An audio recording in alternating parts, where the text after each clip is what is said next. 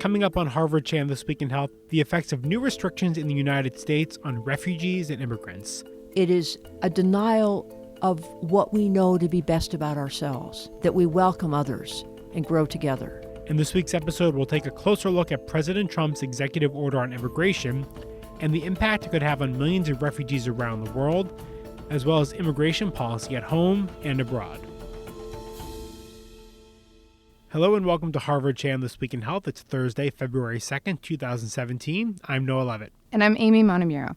This week we'll be examining the impact of President Trump's executive order on immigration. Issued on January 27, the order blocks citizens from 7 predominantly Muslim countries from entering the U.S. for 90 days, suspends admission of all refugees for 120 days, and indefinitely bars refugees from Syria. The order also states that when refugee admissions are resumed, individuals who are of minority religions in their countries and are making claims on the basis of religious persecution will be prioritized. The order is likely to have a substantial impact on the more than 65 million refugees worldwide, including the more than 4 million people who have been forced out of war-torn Syria. We spoke with 2 experts to understand how this order is likely to affect not just refugees, but immigrants around the world in both the short term and the long term. Jennifer Leaning, I'm the director of the FXB Center for Health and Human Rights at the School of Public Health and at Harvard University. My name's Jacqueline Baba, and I'm a professor of the practice of health and human rights at the Harvard Chan School of Public Health and director of research at the FXB Center for Health and Human Rights. We started by asking each of them to give their initial reaction to President Trump's executive order. Here's Jennifer Leaning. I was horrified. He had said this on his campaign trail. We had thought he would have more sober advisors at the time he was inaugurated. It's clear that we are facing a slew of executive orders that track quite closely with his campaign assertions. This one is devastating to our international image, violation of our core values, and will create severe hardship for tens of thousands, perhaps millions of people around the world. For Jacqueline Baba, the reaction was also shock. And she is concerned that such complex issues are being addressed in one broad executive order. For someone like myself who's worked in immigration for many years, to think that these measures could pass muster legally was extraordinary. So it was obvious that this had been drafted by sort of ideological people with very little connection to government or to kind of administrative practice, whatever their political coloring. So it was quite shocking and actually terrifying. The executive order is just a week old at this point, but we've already seen the effects around the world. Jennifer Leaning outlined what we've seen in these early days and what we're likely to see in the weeks and months ahead. One practical implication has been borne out in the experience over the last several days at airports, where a large number of people have been caught mid-Atlantic, mid-Pacific, and arrive with detention and potential deportation threats. The longer term, however, is that we will have difficulty interacting with the rest of the world. And there are many levels of that. The first is that a fear has been instilled in not just citizens and people from the 7 countries that have these restrictions, but also from people from the Muslim world, that they are no longer welcome in the United States. This has many repercussions, which I think have been discussed amply in the news, but it will make it less safe for Americans and U.S. citizens to go overseas. That fear among Muslims throughout the world is going to restrict their interest or eagerness in coming to the United States, and we benefit enormously from the talent and knowledge and wisdom and the perspectives that they bring to our nation. And as we mentioned in the beginning of the show, this executive order will hit Syrian refugees particularly hard. More than 4 million people have been forced to flee Syria because of that country's nearly 6-year-old civil war. Another 7.5 million people are internally displaced, which means they've been forced from their homes because of the conflict but haven't left Syria. Leaning says that shutting the door indefinitely to these refugees is a severe blow. Many of them are in refugee camps in the host countries in the region, that is Jordan, Turkey, Lebanon, some in Iraq, some in Egypt. And those countries are terribly overburdened by the refugees. They are low in food. They can't get their kids in school. Work options are very limited. This situation has applied to some of them for over 6 years. And what we're facing is a destitute and desperate population that is yearning for a better life. And the potential contributions they could make to our country are myriad. And the fact that we are going against our treaty obligations to consider refugees from elsewhere, in my view, is a grave violation of our international commitments and the reputation of the United States. Leaning says that there are many unknowns going forward, which could affect the plight of refugees. That includes whether a tenuous ceasefire in Syria will hold. What is known is that refugees scattered in camps across Europe are facing bleak conditions. Baba highlighted one example in a recent blog post that she wrote, that a prolonged cold stretch in Europe has killed several people.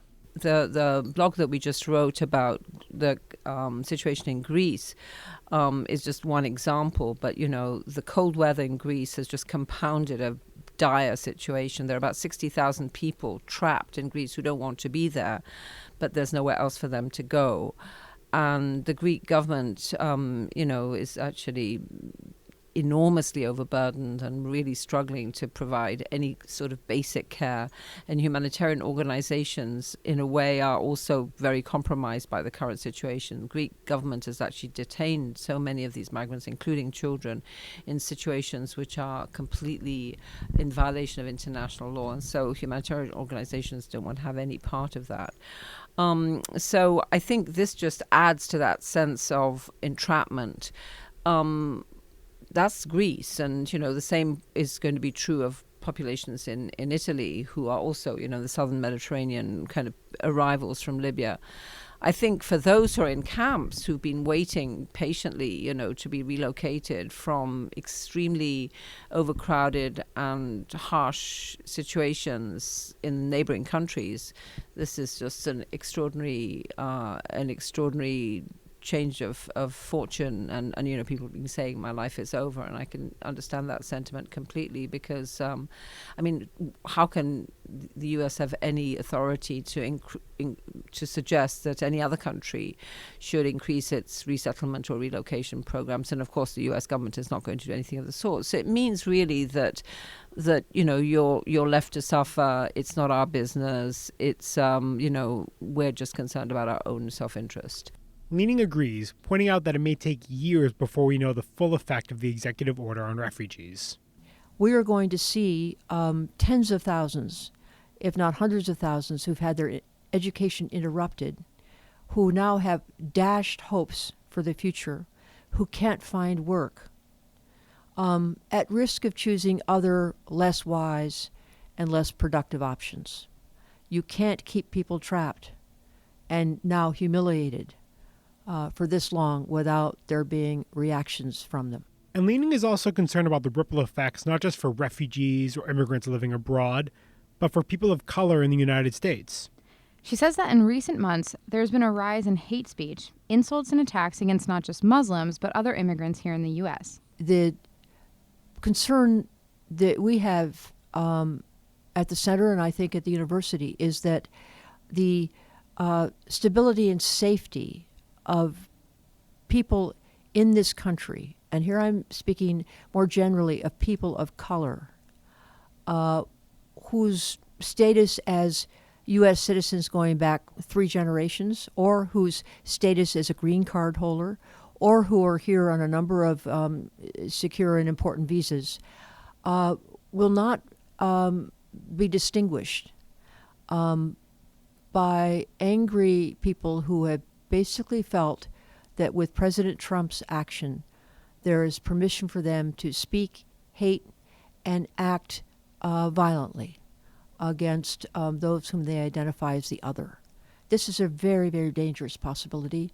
We see some of this occurring in reality, and I think all institutions and people of goodwill need to be taking measures to combat that tendency and to educate people who are feeling so hostile towards these others who are now ours within our midst. So both Jennifer Leaning and Jacqueline Baba have outlined the potential effects of President Trump's executive order on immigration. And before we wrapped up our conversations with them, we asked them each to give their strongest argument against the executive order. You'll hear Jacqueline Baba first, and then Jennifer Leaning. I'd say two things. Firstly, I would say it's a violation of fundamental principles of the U.S. Constitution, which he just swore to uphold, including prohibition on discrimination. So if you ban 7 countries, all of whom are Muslim and none of whom have generated a terrorist who's actually killed anybody in the U.S., it's hard to see how you aren't completely violating that constitutional provision. So for a president to explicitly introduce an executive order that violates the founding document of his country would seem to be grossly unethical. But I would say, secondly, as a basis for starting an administration and for building what he wants to be a great America, this is a very, very problematic strategy, because what it does is it shows weakness, it shows insecurity, it shows fear, it shows a very narrow, nativist, limited approach to a complex global world. So I would say that it's a testament of weakness, not a testament of strength. And if you want to portray strength and build your capacity to create economic wealth, including for your own citizens, the last thing you want to do is to isolate yourself from potential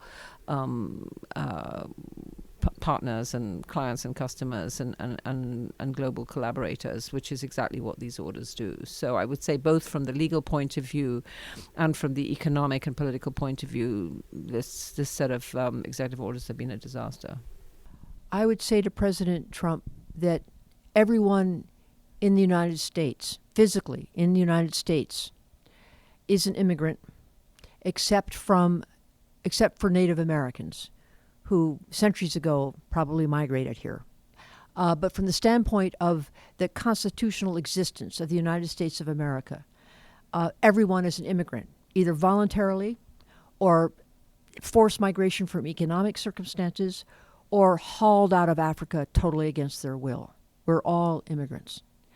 And President Trump knows this in terms of his own background. He comes from recent immigrants. You ask anyone at Harvard in classes, and I've done this in sort of a gentle and prepared way to make the point I'm making, that we are all immigrants. I will say, how many students here, class of 25, 30, have had all grandparents born in the United States of America? And in all cases, only out of a class of 25 or 30 do I have more than 1 or 2 or 3. I don't. Only 1 or 2 or 3 people will raise their hands for all 4 grandparents. So this is a part of our history. It's part of our ethos.